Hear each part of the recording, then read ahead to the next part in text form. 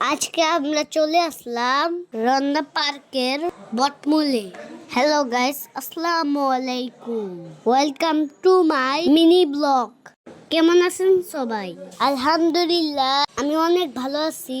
আজকে শুক্রবার, জুম্মার দিন। জুম্মার নামাজ পড়ে খাওয়া দাওয়া করে আম্মু আব্বুর সাথে রমনায় চলে আসলাম। যেহেতু এই জায়গাটা অনেক খোলামেলা, তাই এখানে চলে আসলাম।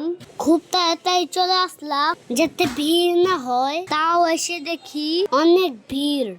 এই ব্রিজের উপরে হাঁটাহাঁটি করতে আমার অনেক ভালো লাগছে। এখানে দুই পাশে ব্রিজ, মাঝখানে পানি, চারপাশে গাছপালা, সবুজে ঘেরা, মেঘলা আকাশের নিচে অনেক ভালো লাগছিল।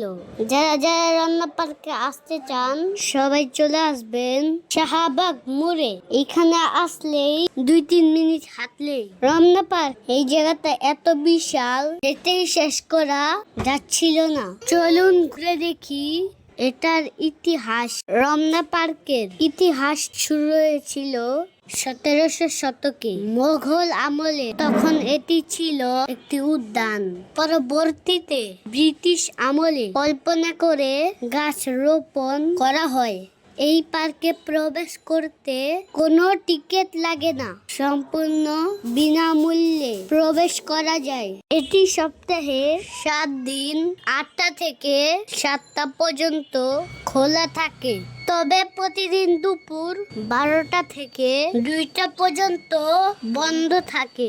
এই রমনা পার্ক প্রায় 68 একর জায়গা জুড়ে বিস্তৃত। এখানে আছে 70টির বেশি প্রজাতির গাছ, একটি শান্ত জলধারা ও অসংখ্য পাখি।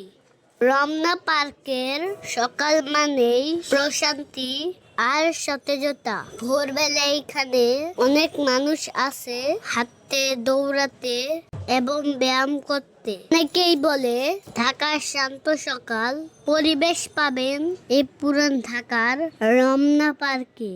এখানে একটি নববর্ষের মূল আয়োজন হয় এই রমনা বটমূলে। এখানে পয়লা বৈশাখের বিশাল আয়োজন করা হয়।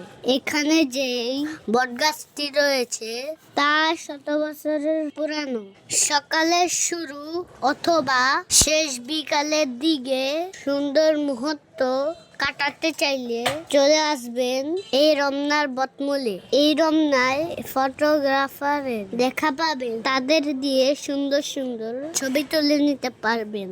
আপনারা যারা রমনা পার্কে গিয়েছিলেন তাদের অভিজ্ঞতা কেমন তা কিন্তু জানাবেন। রমনা পার্কের কোন জিনিসটা আপনাদের সব থেকে ভালো লেগেছে তা জানাতে ভুলবেন না কিন্তু।